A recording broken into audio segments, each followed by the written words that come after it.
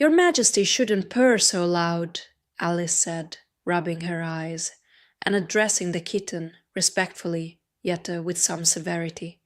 "You woke me out of, oh, such a nice dream, and you've been along with me, Kitty, all through the looking-glass world. Did you know it, dear?" It is a very inconvenient habit of kittens, Alice had once made the remark, that whatever you say to them, they always purr. If they would only purr for yes and mew for no, or any rule of that sort, she had said, so that one could keep up a conversation. But how can you talk with a person if they always say the same thing? On this occasion, the kitten only purred, and it was impossible to guess whether it meant a yes or no. So Alice hunted among the chessmen on the table till she had found the red queen. Then she went down on her knees on the hearthrug and put the kitten and the queen to look at each other. "Now, Kitty," she cried, clapping her hands triumphantly, "confess that was what you turned into."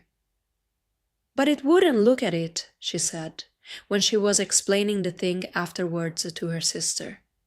"It turned away its head and pretended not to see it, but it looked a little ashamed of itself, so I think it must have been the Red Queen."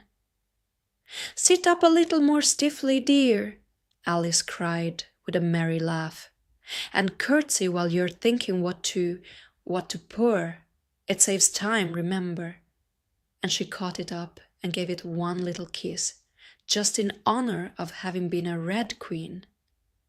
"Snowdrop, my pet," she went on, looking over her shoulder at the white kitten, which was still patiently undergoing its toilet. "When will Dinah have finished with your white majesty, I wonder? That must be the reason you were so untidy in my dream. Dinah, do you know that you're scrubbing a white queen?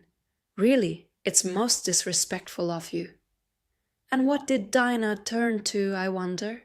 she prattled on, as she settled comfortably down, with one elbow in the rug and her chin in her hand to watch the kittens. "Tell me, Dinah, did you turn to Humpty Dumpty? I think you did. However, you'd better not mention it to your friends just yet, for I'm not sure. By the way, Kitty, if only you'd been really with me in my dream, there was one thing you would have enjoyed. I had such a quantity of poetry said to me, all about fishes. Tomorrow morning you shall have a real treat. All the time you're eating your breakfast, I'll repeat the Walrus and the Carpenter to you, and then you can make believe it's oysters, dear. Now, Kitty, let's consider who it was that dreamed it all.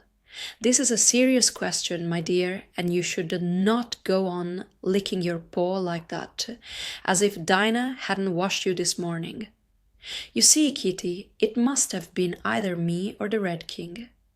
He was part of my dream, of course, but then I was part of his dream too. Was it the Red King, Kitty? You were his wife, my dear, so you ought to know. Oh, Kitty, the help to settle it. I'm sure your paw can wait."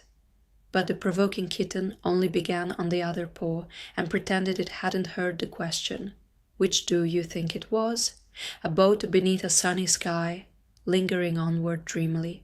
In an evening of July, children three that nestle near, eager eye and willing ear, pleased a simple tale to hear. Long has paled that sunny sky, echoes fade and memories die. Autumn frosts have slain July.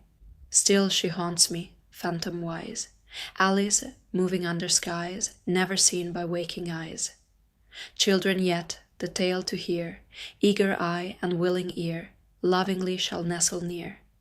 In a wonderland they lie, dreaming as the days go by, dreaming as the summers die, ever drifting down the stream, lingering in the golden gleam. Life, what is it but a dream? The end.